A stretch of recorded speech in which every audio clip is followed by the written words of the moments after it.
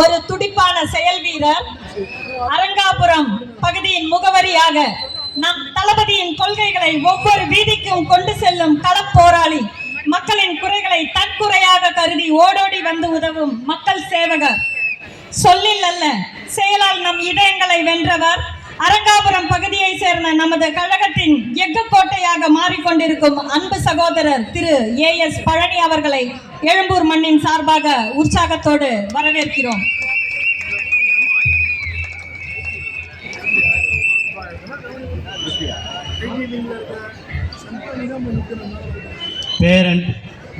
பேரன்புக்கும் பெரும் மதிப்புக்குரிய பகுதி வாழ் பெரியோர்களே, தாய்மார்களே, சகோதர சகோதரிகளே, உங்கள் அத்துணை பேருக்கும்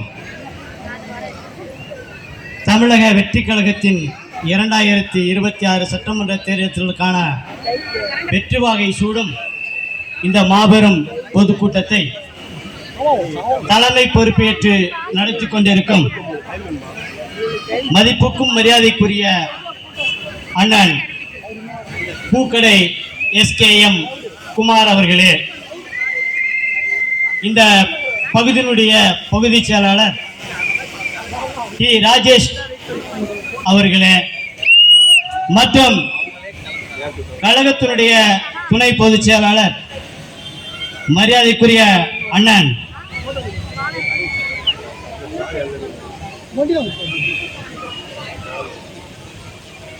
ராஜ்மோகன் அவர்களே, மற்றும் இங்கே திரளாக வருகை தேர்ந்திருக்கின்ற ஏனைய வட்டக்கழக செயலாளர்களே, பகுதி கழக செயலாளர்களே, உங்கள் அத்தனை பேருக்கும் முதலுக்கும் வணக்கத்தை தெரிவித்துக் கொண்டு, நற்றமிழ் கலை வளர்க்கும் நல்லிதயம் கொண்ட மக்கள் பற்பலர் வாழ்கின்ற பைந்தமிழ் நாடுதனில் அற்புத மாமனிதராய் அவதரித்தவர் தான் தளபதி நம்முடைய தமிழக வெற்றி கழகத்தினுடைய தலைவர் விஜய் அவர்கள். மக்களுக்கு எத்தனையோ தலைவர்கள் உச்சக்கட்டத்தில் இருந்து புரட்சி தலைவர் வந்தார். அவருக்கு பின்பாக இப்பொழுது வந்திருக்கின்றவர் நமது மரியாதைக்குரிய தலைவர் விஜய் அவர்கள். எல்லாரும் சொல்லுகிறார்கள், இவருக்கு எதுக்கு இந்த வேலை அப்படின்னு. நடிச்சு நிறைய வருமானத்தை ஈட்டக்கூடியவரே இந்த தொழிலுக்கு ஏன் வர்றாரு அப்படின்னு, அரசியலுக்கு ஏன் வர்றாரு அப்படின்னு. உங்களுக்காக சேவை செய்யறதுக்காகவே தான் அவர் வந்திருக்கார். ஏன்னா நிறைய பேர் சொல்லுவாங்க, பெருந்தலைவர் காமராஜர் எத்தனையோ ஆண்டு காலமாக தமிழக மக்களுக்கு ஆட்சி செஞ்சாங்க, ஆனா அவரையே நம்ம தோக்கடிச்சிட்டோம். அதே போலதான் பெருந்தலைவர் ஐயா ஈவேர சொன்னாரு, பெருந்தலைவர் காமராஜரை விட்டுட்டா இந்த தமிழகத்தை காப்பாற்ற முடியாது, மீண்டும் ஒரு மனிதர் வேணும், நீங்க கண்டிப்பா காமராஜருக்கு ஓட்டு போடுங்க சொன்னாங்க. யாரும் ஓட்டு போடல. அது போல இந்த தமிழகத்தை காக்க வேண்டும், உங்களை எல்லாம் நல்வழிப்படுத்த வேண்டும் என்றால் அதுக்கு ஒரே தலைவன் தமிழக வெற்றி கழகத்தினுடைய தலைவர் விஜய் மட்டும்தான் முடியும், வேற யாராலையும் முடியாது.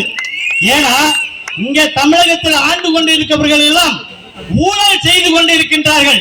தமிழகத்தை சுடுகாடாக்கி விடுவார்கள் இன்னும் கொஞ்ச நாளம் ஆகிவிட்டால்.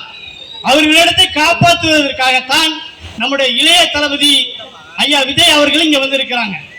நீங்கெல்லாம் அவருக்கு உங்களுடைய ஓட்டுகளை இந்த விசில் சின்னத்தில் போடணும்னு சொல்லிட்டு பட்டி தொட்டி எங்குமே அந்த விசில் சின்னத்தை பார்த்த உடனே எல்லாம் பயப்படுறாங்க.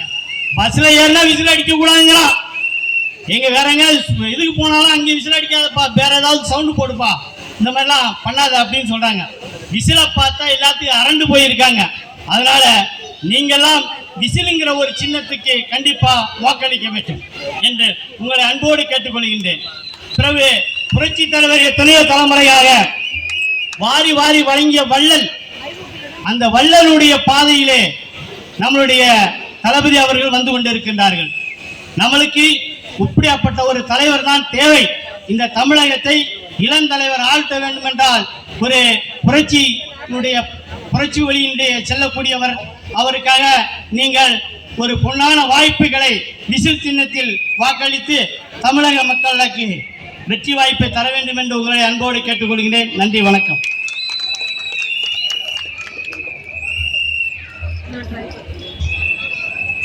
அண்ணன் AS பழனி அவர்களுக்கு எங்களது மனமார்ந்த நன்றிகள்.